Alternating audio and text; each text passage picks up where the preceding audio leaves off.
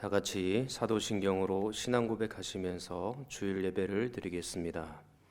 전능하사 천지를 만드신 하나님 아버지를 내가 믿사오며 그 외아들 우리 주 예수 그리스도를 믿사오니 이는 성령으로 잉태하사 동정녀 마리아에게 나시고 본디오 빌라도에게 고난을 받으사 십자가에 못 박혀 죽으시고 장사한 지 사흘 만에 죽은 자 가운데서 다시 살아나시며 하늘에 오르사 전능하신 하나님 우편에 앉아 계시다가 저리로서 산자와 죽은 자를 심판하러 오시리라.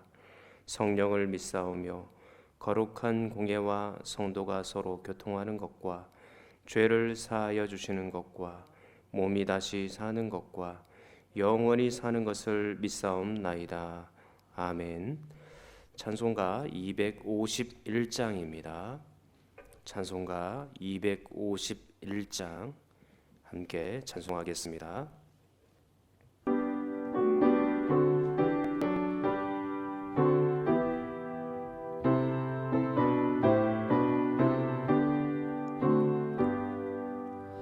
놀랍다 주님의 큰 은혜, 우리의 죄를 속하시려 갈보리 십자가 위에서 어린 양 보혈을 흘렸네.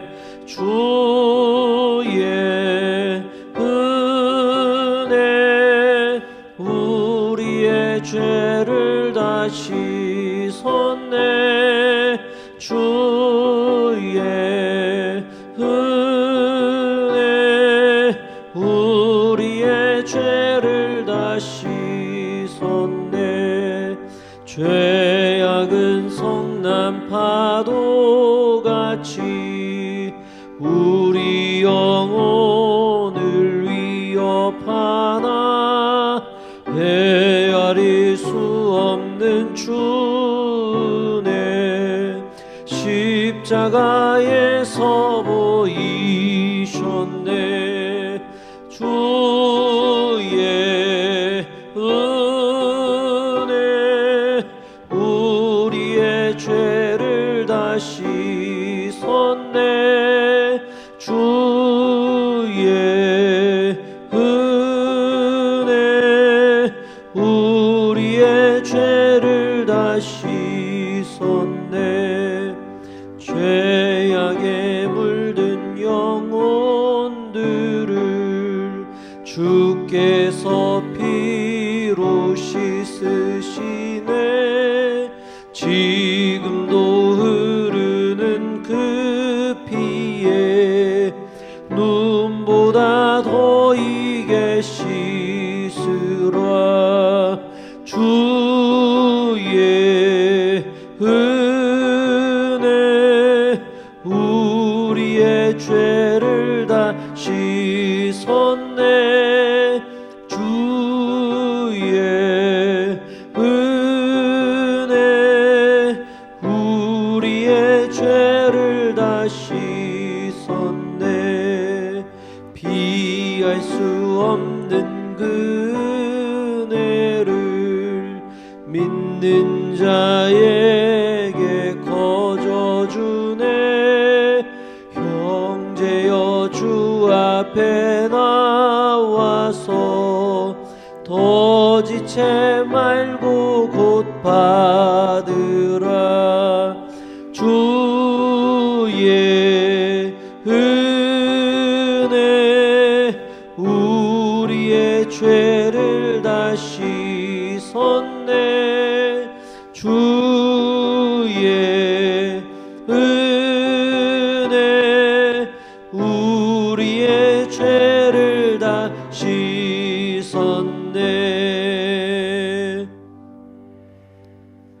기도하시겠습니다.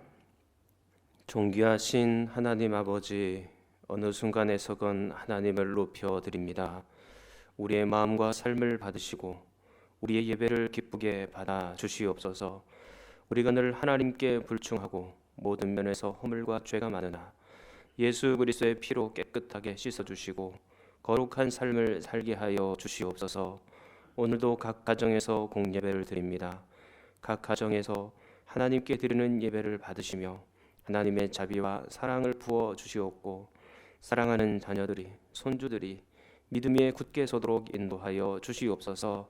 이 일로 말미암아 교회 학교 학생들이 예배당에 나오는 것을 꺼려하지 않게 하시고 습관이 되지 않도록 도와주시고 예배당 문이 열릴 때 기쁜 마음으로 함께 예배드리는 날을 사모하게 도와주시옵소서.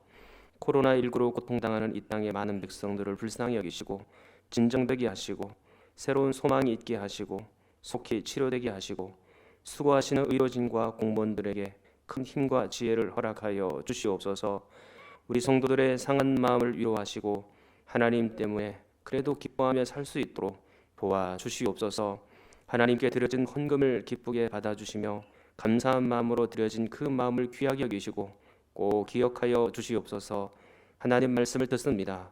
이 말씀이 우리의 영혼과 삶을 관통하게 하시고 말씀을 전하는 저에게 성령으로 충만하게 하시며 우리 모두가 이 말씀 앞에 낮아지며 말씀대로 살게 하여 주시옵소서. 예수님의 이름으로 기도하옵나이다. 아멘. 광고를 말씀드리겠습니다.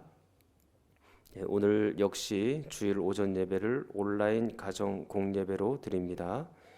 교회 홈페이지에 예배 상황을 올려드리니 예배 실황에 맞추어서 오전 11시 각 가정에서 꼭 예배 드리시기를 바랍니다. 비록 가정에서 예배를 드리지만 영과 진리로 마음을 다하여 드리시기를 바랍니다. 대신방은 물론이고 병원 신방도 중단하며 수술 환우들은 전화상으로 담임 목사님의 기도를 받고 가시기를 바랍니다. 장례식은 교육자들만 참석하도록 하겠습니다.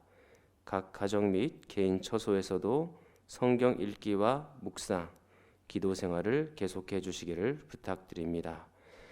가정에서 수요 예배 드리기를 원하시는 분은 홈페이지 가정 예배를 참조하시면 되겠습니다. 지난주 월요일에 교회 예배당 전체를 2차로 방역하였습니다. 온라인으로 헌금하기 원하시는 분은 아래 통장 번호로 보내시면 되겠습니다. 계좌 번호로 보내실 때는 이름과 헌금 종류를 같이 남겨주시기를 부탁드립니다. 예를 들면 홍길동 11조, 홍길동 감사, 홍길동 주정, 홍길동 선교, 홍길동 구제 등등 이렇게 해주시면 되겠습니다. 자세한 사항은 박광래 장로님이나 또 교회 홈페이지를 보시면 자세하게 알 수 있습니다. 이제 하나님의 말씀을 보도록 하겠습니다. 레위기 5장 1절부터 6절까지입니다. 레위기 5장 1절에서 6절까지입니다.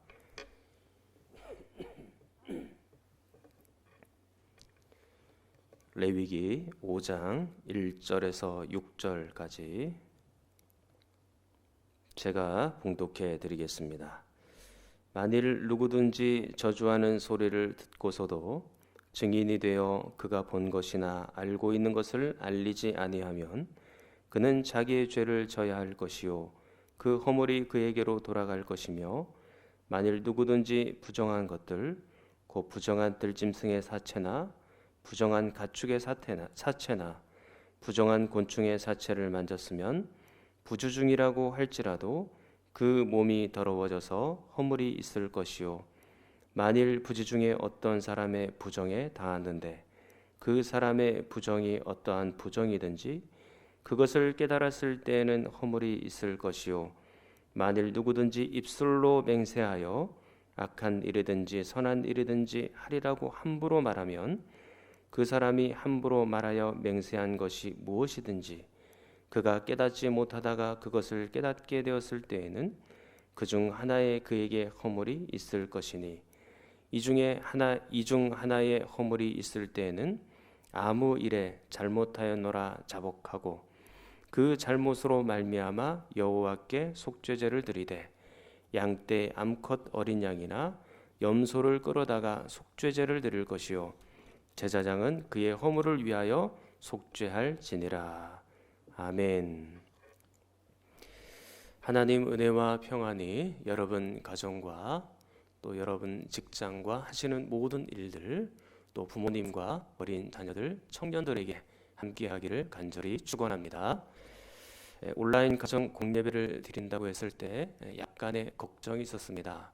혹시 아침에 일어나서 부수수한 모습으로 자세도 흐트러진 채로 또 세수도 안 하고 잠옷바람에 예배를 드리면 어쩌나, 혹시 아예 예배를 드리지 않으면 어떻게 될까, 그리고 특히 하나님께 온전히 집중하여 예배드리지 못하면 어떨까, 그런 염려가 약간 있었던 것이 사실입니다. 그런데 제가 아는 한 여러분들이 바른 자세를 가지고 또 바른 마음을 가지고 하나님 앞에 예배를 드린다라는 소식을 여러 차례 듣게 되었습니다. 그 모습을 보면서 참 감사했고, 우리 교회에 그래도 성숙한 예배 문화가 있구나, 그런 면에서 하나님 앞에 영광을 돌려드렸습니다. 그러나 교회 공동체의 원칙은 이것입니다. 하나님 앞에 나와서 함께 예배당에서 함께 예배를 드린다. 그게 예배의 원칙입니다. 히브리서 10장 25절에 보면 모이기를 피하는 어떤 자들의 습관과 같이 하지 말라라고 그렇게 되어 있죠. 그러니까 안 모이는 것이 습관이 되어서는 안 됩니다. 모이는 것이 우리의 습관이 되어야 되죠. 물론 가정에서 예배를 드리면 장점도 있을 수 있겠습니다. 그리고 몸이 편할 수도 있겠죠.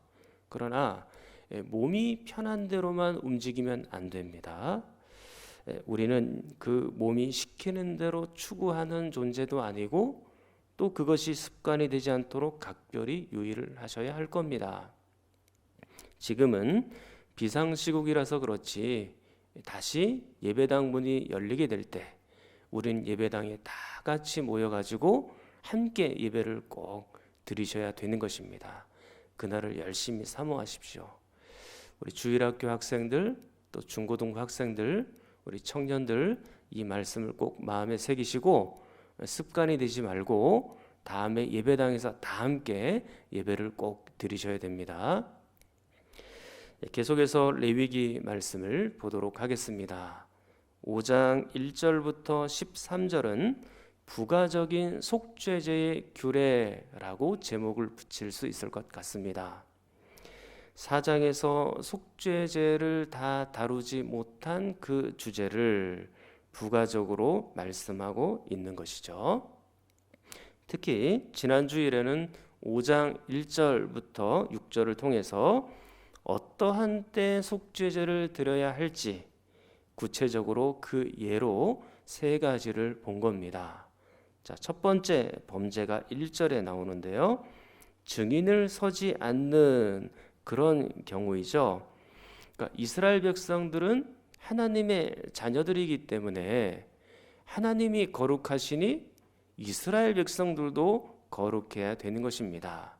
그런데 슬며시 공동체에 죄가 들어오려고 해요. 그러면 거룩함이 깨지게 되겠죠. 그때는 죄의 현장을 목격하면 어떻게 됩니까? 신고도 해야 되고, 재판이 열리면 그 재판에 있어서 증인도 서야 되는 것입니다. 그래야 공동체가 이 범죄로 인해서 전염되는 것을 막고 거룩함이 계속해서 유지가 되는 겁니다. 자, 두 번째 범죄, 어느 때 속죄제를 드려야 할까? 2절, 3절을 보시면 부정한 것과 접촉한 경우 속죄제를 드려야 하는 것입니다. 이 역시 이스라엘 공동체의 거룩함을 지키기 위해서죠. 사랑하는 성도 여러분, 우리가 이 세상을 살아가다 보면 부정이나 죄와 접촉하며 살게 됩니다. 물론 부정 그 자체가 죄라고 말할 수는 없어요. 그러나 죄 짓는 현장을 목격하고, 그리고 그것을 그대로 방치하고 아무런 조치를 취하지 않으면 나도 언젠가는 거기에 물들게 될 확률이 굉장히 높다, 그렇게 말씀드릴 수 있겠습니다. 비록 내가 죄에 동참한 것은 아니지만 보는 것만 해도 학습 효과가 있고 교육 효과가 있는 겁니다. 사람이라는 것이 본대로, 경험한 대로, 그리고 읽은 대로 그것에 동참할 확률이 높기 때문인 것이죠. 범죄 현장에 오래 노출돼 있으면 그 죄에 대해서 무감각해지며, 그리고 나도 그 죄를 지을 확률이 높아지게 되는 겁니다. 그러므로 우리가 해야 되는 일이 있습니다. 그것은 바로 말씀과 기도입니다. 우리가 이 세상 속에 살면서 접촉한 부정, 그 죄를 말씀과 기도로 깨끗하게 씻어내는 것이죠. 일종의 소독약과 같은 것입니다.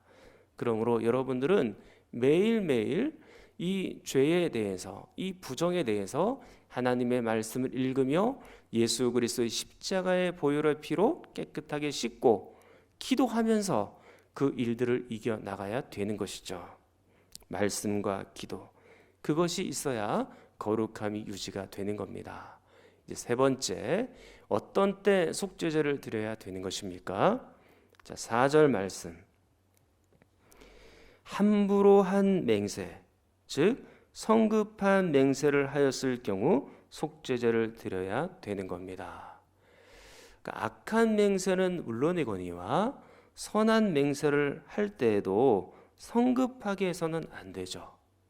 아무리 선한 일이라 할지라도 본인이 감당하지도 못할 맹세를 해놓고 당황하는 그런 경우들을 상당히 많이 보았기 때문인 겁니다. 근데 혹시 여러분들이 하나님과 성급하게 약속을 했다 할지라도 그 약속, 그 소원은 반드시 지켜져야 되는 것입니다. 그리고 한 가지 더 덧붙여서 사람들하고 약속을 했을 때 그 사람들하고의 약속도 특별한 예외가 없다면 잘 지키는 것이 바람직하다라고 말씀드리고 싶습니다. 자, 이렇게 세 가지 범죄가 있을 경우, 자, 6절 보시면 그 잘못으로 말미암아 여호와께 속죄제를 드리라 라고 되어 있죠. 그런데 속죄제의 제물을 잘 보세요. 자, 6절 말씀 계속해서 봅니다. 양떼의 암컷 어린 양이나 염소를 끌어다가 속죄제를 드릴 것이요 제사장은 그의 허물을 위하여 속죄할지니라. 자, 속죄 제물을 보니까 뭐라고 나와 있나요? 암컷 어린 양 또는 염소라고 돼 있죠. 원문을 보면 이 염소조차 암염소 그렇게 기록이 되어 있습니다. 그러니까 어린 암양과 암염소인 것이죠. 이 제물은 4장 27절, 28절로 가서 한번 보십시오. 거기서 보면 평민 중에 한 사람이 죄를 지었을 때 뭘 드리게 되어 있습니까? 암염소를 드리도록 그렇게 되어 있죠.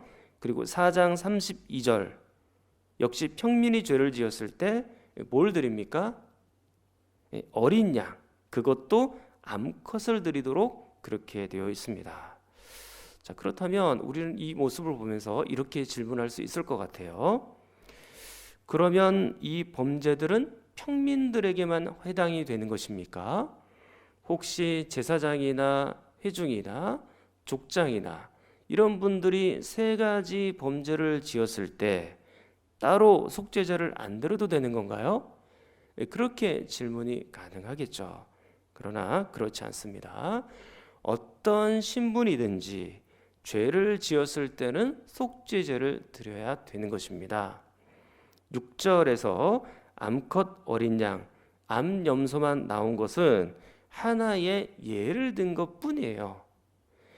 그러니까 평민을 예로 들어서 이러이러한 죄를 지었다면 이런 제물을 가지고 와서 예배를 드려라, 이렇게 예를 들어 설명을 한 거죠. 그러므로 제사장이나 회중은 숫송아지로, 또 족장 같은 경우에는 숫염소로 이 세 가지 범죄에 걸리거든 각자 신분에 맞는 제물을 가져와서 속죄제의 예배를 드리면 되는 것입니다. 자, 지금부터는 이제 5절을 중심으로 여러분들과 함께 말씀을 나누고자 합니다. 자, 5절 말씀. 자, 5장 5절입니다. 5장 5절. 자, 다 같이 한번 읽어보겠습니다. 이 중 하나에 허물이 있을 때에는 아무 일에 잘못하였노라 자복하고. 아멘. 자, 이 말씀은 속죄제를 드림에 있어서 가장 특징적인 구절 중에 하나입니다. 앞에 번제, 소제, 화목제 같은 경우에는 이 말씀이 명시적으로 나타나 있지 않아요. 자, 1절부터 4절까지 이 세 가지 죄를 지었거든 속죄제를 드리며 자복해야 된다, 그렇게 말씀을 하는 거죠. 하나님, 제가 잘못했습니다. 증인을 서야 되는데도 증인을 서지 못했고, 부정과 접촉했음에도 불구하고 그대로 방치를 했고, 내가 성급한 맹세를 하나님 앞에 하였군요. 하나님 불쌍히 여겨주시고 나의 죄를 용서해 주십시오 라고 그렇게 죄의 자백을 하고 죄를 고백해야 된다라고 말씀하고 있는 거죠. 속죄제에서는 이 죄의 고백이 매우 중요합니다. 그저 암 양이나 가져오고 암 염소나 가져와서 속죄제 예배를 드렸다고 해서 자동적으로 그 죄가 속해지거나 깨끗해지는 것은 아니다, 그런 얘기입니다. 그러니까 반드시 죄의 고백이 중요한 것이죠. 자, 이 죄의 고백은 어디서부터 출발해야 되는 것이냐면 마음으로부터 출발을 해야 되는 것입니다. 마음으로부터 자신의 죄를 뉘우치고 가슴 아파하는 그 마음의 고백이 입술로 나와야 되는 것이죠. 낮아짐의 마음도 없고 아무리 입술로 형식적으로 고백을 한다 해도 그 고백은 무효예요. 아무리 송아지를 잡고 아무리 염소를 잡고 아무리 양을 잡고 수백 마리 수천 마리를 다 잡는다 할지라도 마음의 고백 없이, 마음이 담겨있는 그 입술의 고백 없이 그 속죄제는 아무런 의미가 없다라는 얘기입니다. 자, 실제로 한번 성경을 보겠습니다. 말라기 1장 8절. 말라기 1장 8절입니다. 만군의 여호와가 이르노라, 너희가 눈먼 희생 제물을 바치는 것이 어찌 악하지 아니하며 저는 것 병든 것을 드리는 것이 어찌 악하지 아니하냐. 이제 그것을 너희 총독에게 드려보라. 그가 너를 기뻐하겠으며 너를 받아 주겠느냐. 하나님께 드리는 제물은 흠이 없는 것이어야 되죠. 깨끗하고 가장 최상의 것이어야 합니다. 그런데 이스라엘이 준비한 제물을 보십시오. 눈먼 것, 병든 것, 저는 것, 그것으로 갖고 옵니다. 이것은 그들이 단순히 가난하기 때문이 아니에요. 충분히 흠없는 것으로, 가장 좋은 것으로, 그래도 자신이 갖고 있는 것들 중에 가장 아름다운 것으로 드릴 수 있었음에도 불구하고 대충 준비한 겁니다. 아무렇게나 골라온 겁니다. 예를 들면 우리로 들어가서 양 100마리 중에 손에 잡히는 대로, 아니 가장 안 좋은 것으로 골라서 하나님께 바친 거죠. 한마디로 마음 없이, 성의 없이 하나님 앞에 예배를 드리러 온 겁니다. 그래서 하나님께서 어떻게 하십니까? 말라기 1장 10절 말씀. 자, 말라기 1장 10절 말씀 같이 한번 읽어보겠습니다. 만군의 여호와가 이르노라, 너희가 내 제단 위에 헛되이 불사르지 못하게 하기 위하여 너희 중에 성전 문을 닫을 자가 있었으면 좋겠도다. 내가 너희를 기뻐하지 아니하며 너희가 손으로 드리는 것을 받지도 아니하리라. 아멘. 잘 보십시오. 성전 문을 닫았으면 좋겠다. 너희가 제사를 못 드리도록. 나는 그런 제사를 받지 않겠다.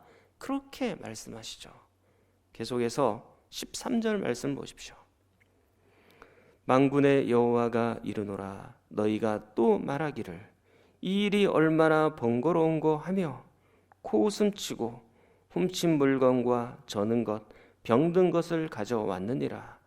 너희가 이같이 봉헌물을 가져오니 내가 그것을 너희 손에서 받겠느냐?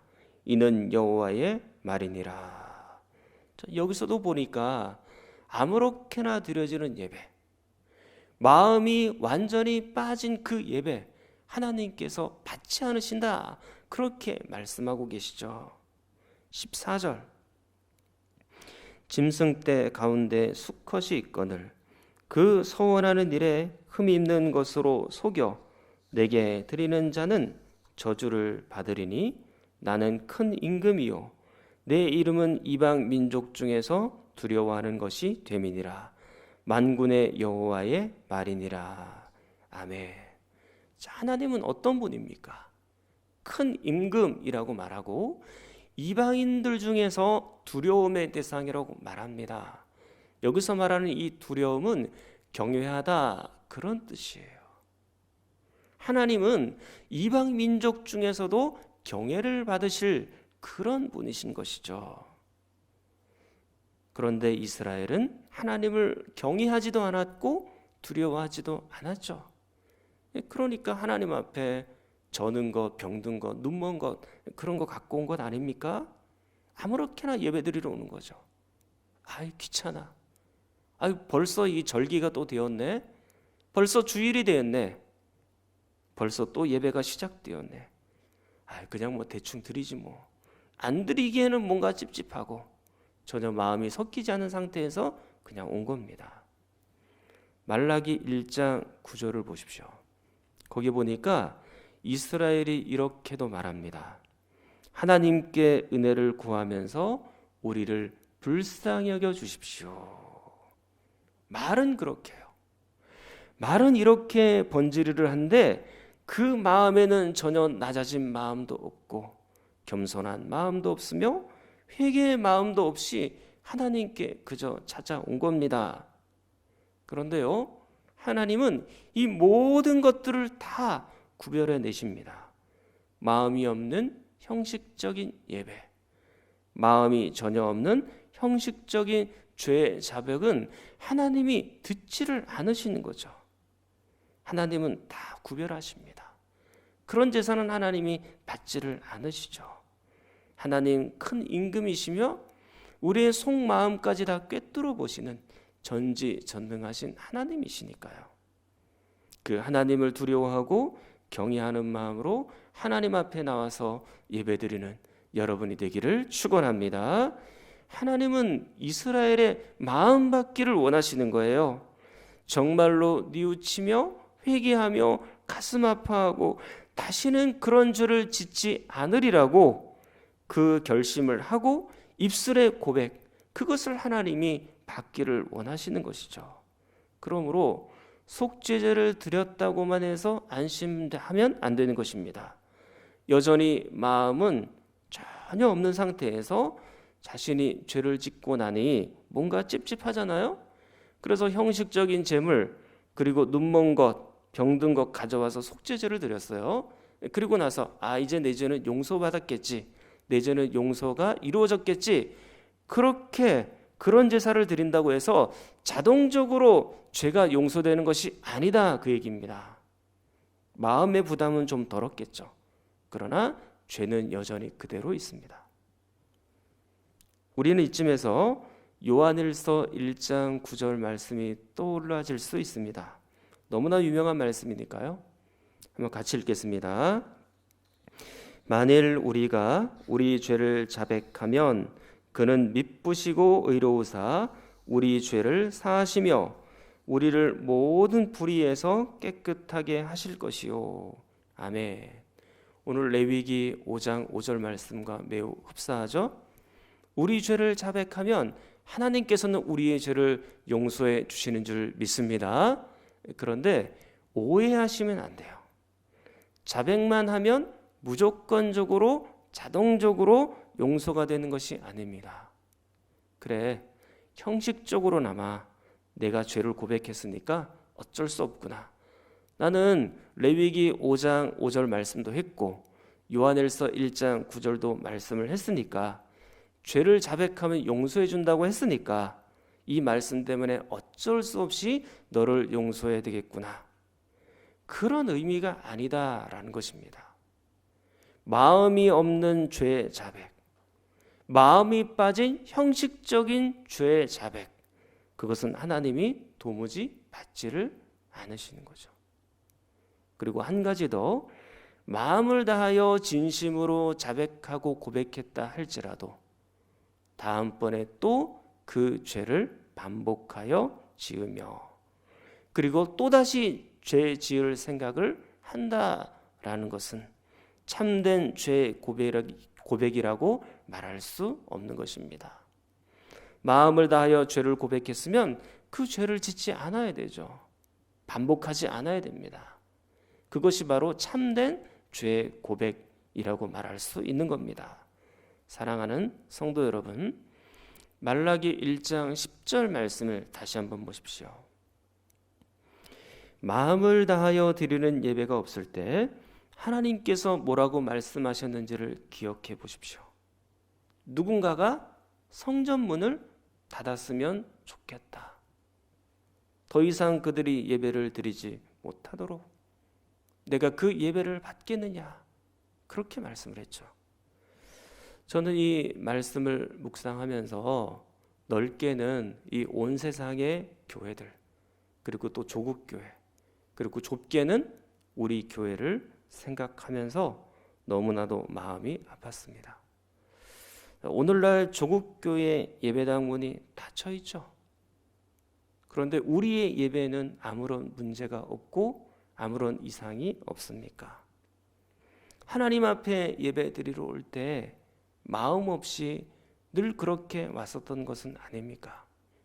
수십 년 예배를 드렸으니까 그냥 어느 한순간에서는 마음이 조금 가벼워져서 형식적으로 그렇게 하나님 앞에 나오지는 않았는지, 우리가 사회생활을 하고 가정생활을 할 때는 이런저런 죄를 막 짓고 살다가 그 모든 것들을 다 감추고 예배당에 나올 때는 비교적 단정한 모습으로만 그렇게 나온 것은 아니었는지, 예배 자체가 하나님 중심이 아니라 인간 중심의 예배를 드린 것은 아니었는지, 우리가 찬송을 해도 하나님을 높여드리는 것이 아니고 내가 그냥 위로받고 그냥 내가 흥을 돋우기 위해서 이 찬송을 한 것은 아니었는지, 예배 시간에 기도를 해도 하나님의 뜻을 알기 위한 기도가 아니라 그저 나의 욕심이나 나의 정욕을 위하여, 탐심을 위하여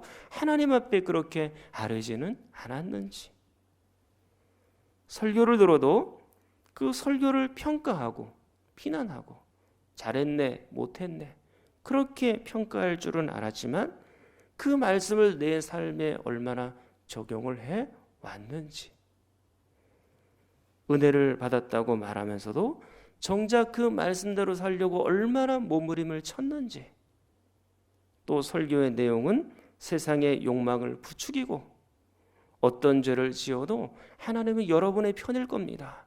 하나님이 여러분들에게 평안 주십니다. 여러분들을 성공으로 안내합니다.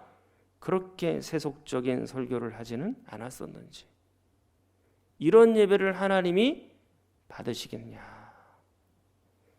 그렇기 때문에 하나님께서 예배당 문을 닫으신 것은 아닐까요? 우리는 코로나19 사태를 통해서 예배당 문이 닫혔네, 안타깝다, 이 현상만 보시면 안 돼요. 그냥 의학적으로만 보시면 안 될 것 같습니다. 물론 지금의 이 바이러스는 전염병이죠. 그러나 하나님은 그 전염병을 통해서도 말씀하시니까요. 영적인 상황을 잘 보셔야 되는 겁니다. 조국교회와 이 땅의 모든 그런 영적인 교회의 영적인 상태, 그리고 우리 교회의 영적인 상태를 볼 수 있어야 되는 거죠. 우리 조국교회가 바르지 못한 삶의 예배, 그리고 바르지 못한 공적인 예배가 있었다면 지금이라도 뼈를 깎는 아픔을 가지고 하나님 앞에 회개를 해야 되는 것입니다. 그리고 그 죄에서 완전히 돌이켜야 되는 것이죠. 다시는 습관처럼 그 죄의 자리로 나가서도 안 되고, 습관처럼 드려지는 형식적인 예배, 마음이 빠져있는 그 형식적인 예배도 안 되는 것입니다. 사랑하는 여러분, 그러므로 예배당 문이 열리는 날 여러분들은 완전히 새로운 마음을 가지고, 완전히 새롭게 기경된 마음을 가지고, 회개의 영을 가지고 예배드리러 올 수 있어야 되는 것입니다. 그리고 교회에서 드려지는 모든 예배를 소중하게 여기시고, 그 공예배에 내가 모두 참석해야 되겠다, 전부 참석해야 되겠다, 그런 간절한 심령으로 열심히 예배에 참석해야 되는 겁니다. 이것이 레위기 5장 5절처럼 허물이 있을 때 아무 일에 잘못하였노라 자복하는 그런 예배가 될 것입니다. 결코 형식이 아닙니다. 마음을 다한 회개와 삶의 돌이킴이어야 하는 것입니다. 이것이 있어야 비로소 속죄제 예배의 의미가 있는 것이죠. 그런데 한 가지 주의해야 될 점이 있습니다. 자, 레위기 5장 5절을 읽으면서 이 죄를 자백할 때 공개적으로 많은 사람들 앞에서 죄를 자백해야 되는 거구나, 그렇게 생각할 수도 있습니다. 야고보서 5장 16절에도 보면 이런 말씀이 있어요. 같이 한번 읽어보겠습니다. 그러므로 너희 죄를 서로 고백하며 병이 낫기를 위하여 서로 기도하라. 의인의 간구는 역사하는 힘이 큼이니라. 아멘. 너희 죄를 서로 고백하며. 자, 이 말씀을 보면서 많은 성도들 앞에서 공개적으로 자신의 죄를 막 고백하고 무분별하게 얘기하는 경우들이 있습니다. 어떤 선교단체는 자신이 어떤 죄를 지었는지 구체적으로 사람들 앞에 고백을 하게 해요. 그러나 아무 때나 공적인 사죄를 하게 하는 것, 공적인 고백을 하게 하는 것, 그것은 매우 위험한 것입니다. 야고보서 5장 16절에서 죄의 고백은 무분별한 그런 고백을 말하는 것이 아니에요. 자, 예를 들면 어떤 단체에서 사람들이 많이 모여있을 때 자신의 죄를 구체적으로 고백했다고 칩시다. 누군가의 물건을 훔쳤는데, 도둑질을 했는데 그걸 사람들 앞에서 고백을 다 했어요. 처음에는 이것이 그 당시에는 울고 불고 눈물 콧물 흘리면서 고백을 했기 때문에 나도 은혜를 받은 것 같고 많은 사람들도 은혜를 받은 것처럼 느껴졌을 수 있죠. 그러나 시간이 지나면 이 죄의 고백이 다른 사람들에게 전염이 될 수 있습니다. 저 신실한 사람도 저런 죄를 지었었구나, 그렇게 용기를 얻어서 나도 그 죄에 동참할 수 있는 경우들이 있다라는 거죠. 죄의 전염성은 매우 강한 거예요. 그런 얘기만 들어도, 접촉만 해도 그렇게 될 수 있어요. 그리고 결정적으로 자기 자신에게도 별로 유익이 안 됩니다. 이게 나중에 신앙생활 할 때 올무가 될 수 있습니다.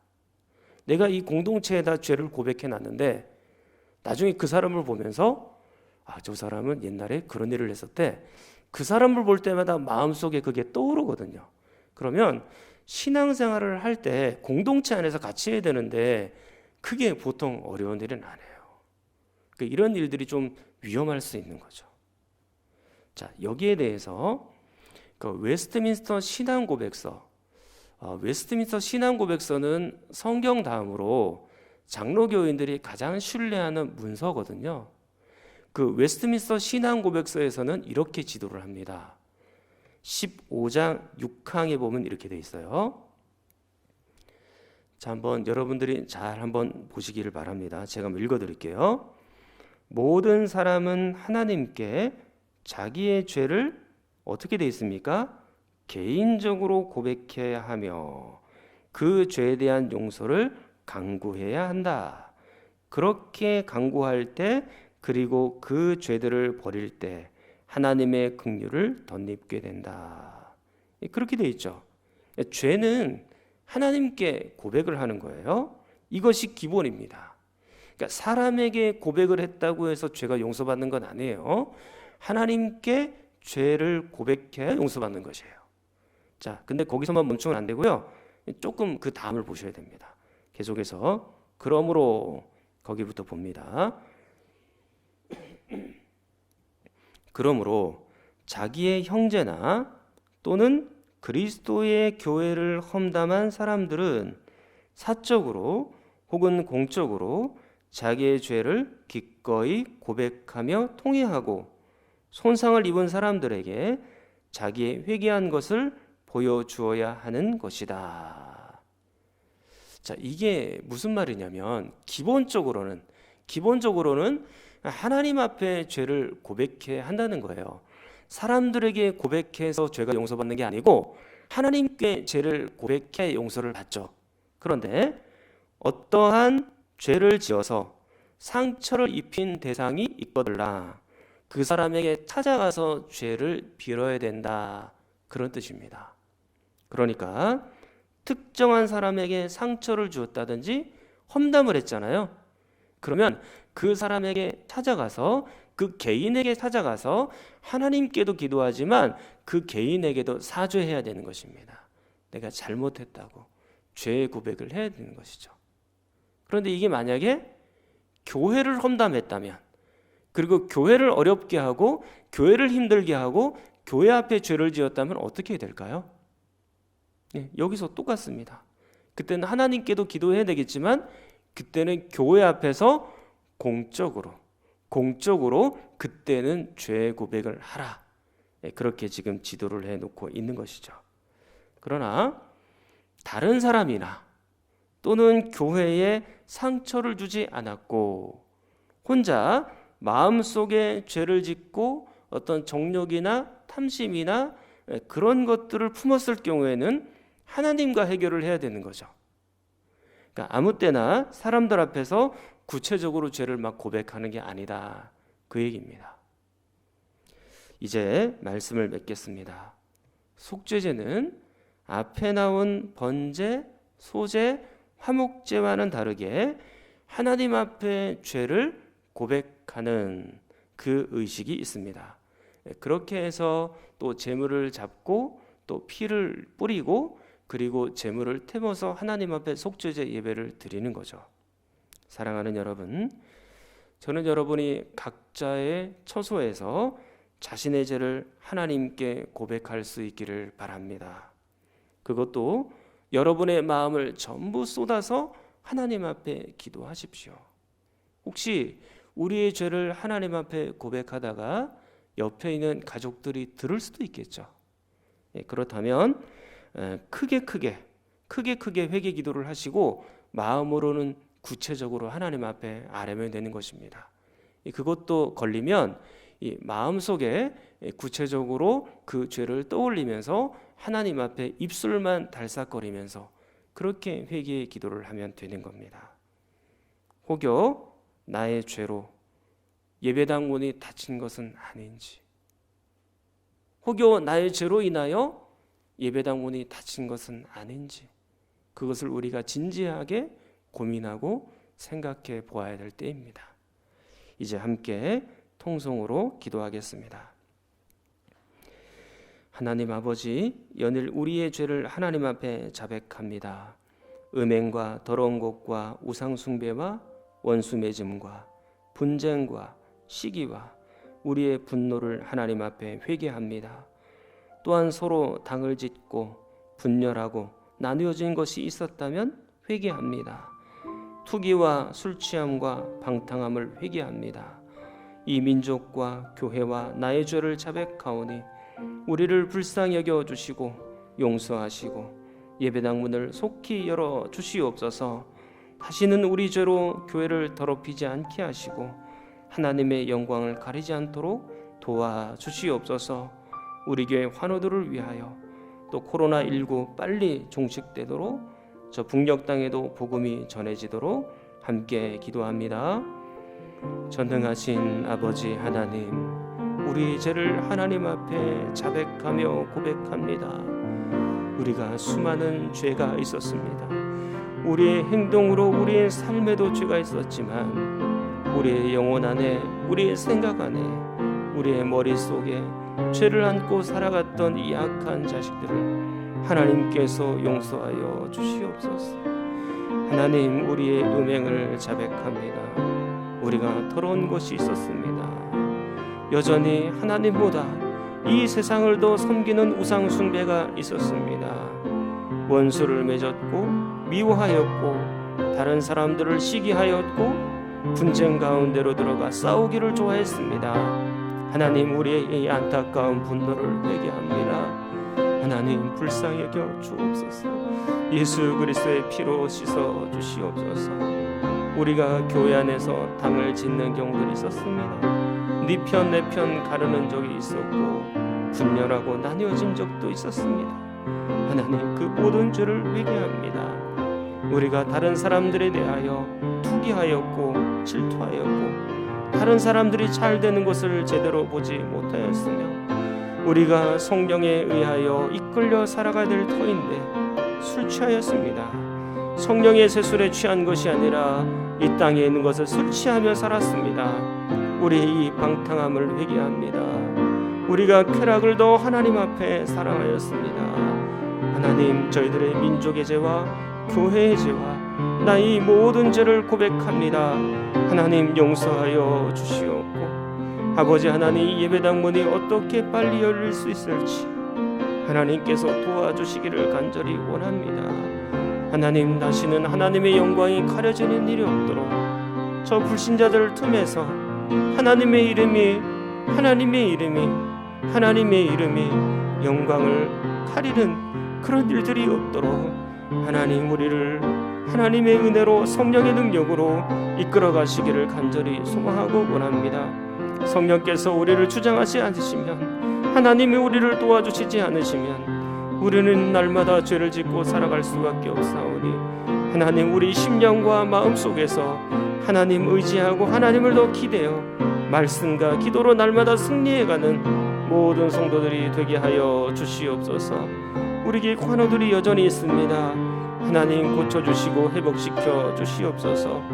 코로나19 빨리 종식되기를 원합니다.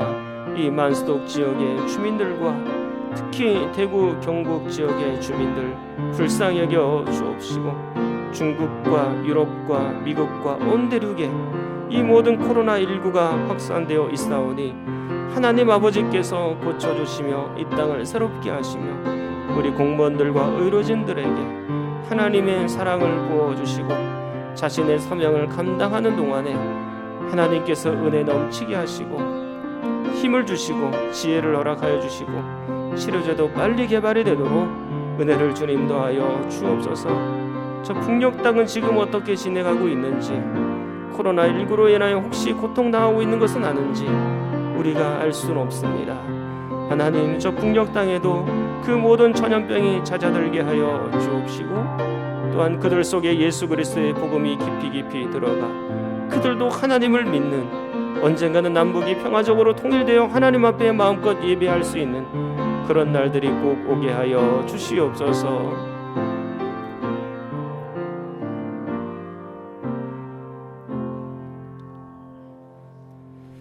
하나님 아버지, 우리의 죄악을 헤아려 보니 참으로 많습니다. 하나님 앞에 다 열거하기도 힘들 정도로 어마어마한 죄악들이 우리 가운데 있었습니다. 하나님, 우리 교회의 죄를 용서하여 주옵시고 하나님, 나의 죄를 용서하여 주옵시고 이제는 정말로 성도답게 하나님의 자녀답게 거룩한 삶을 살아들여서 다시는 이 예배당 문이 닫히는 일이 없도록 하나님 앞에 온전한 예배 드리며 마음의 예배를 드리며 하나님 앞에 온전하게 살아가는 모든 성도들이 되도록 은총을 더하여 주시옵소서. 예수 그리스도의 이름으로 기도하옵나이다. 아멘. 찬송가 279장 부르신 이후에 축도로 예배를 마치겠습니다.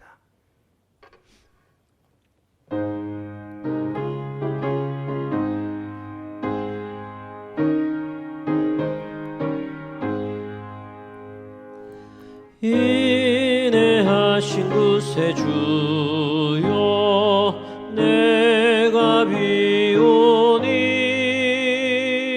죄인 오라실 때에 날 부르소서.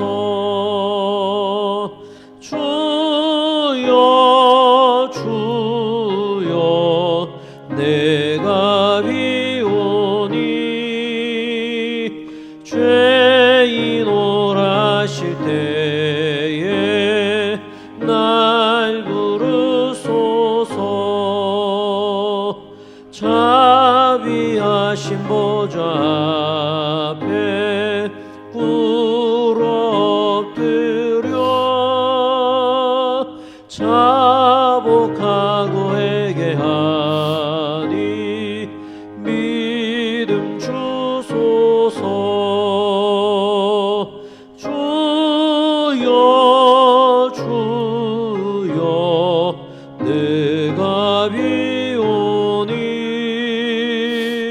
죄인 오라실 때에 날 부르소서.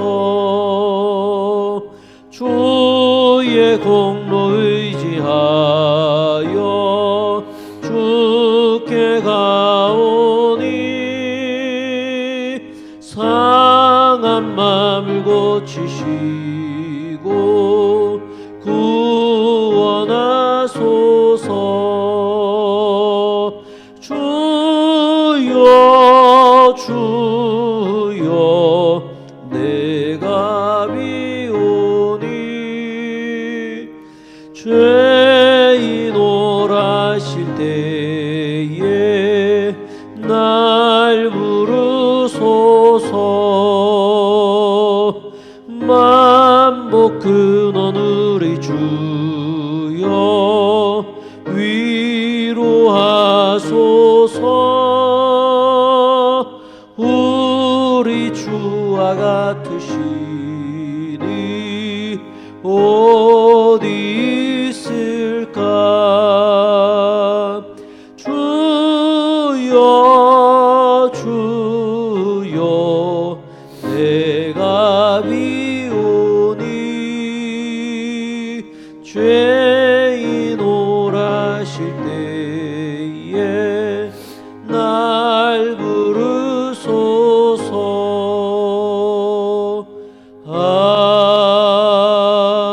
아멘.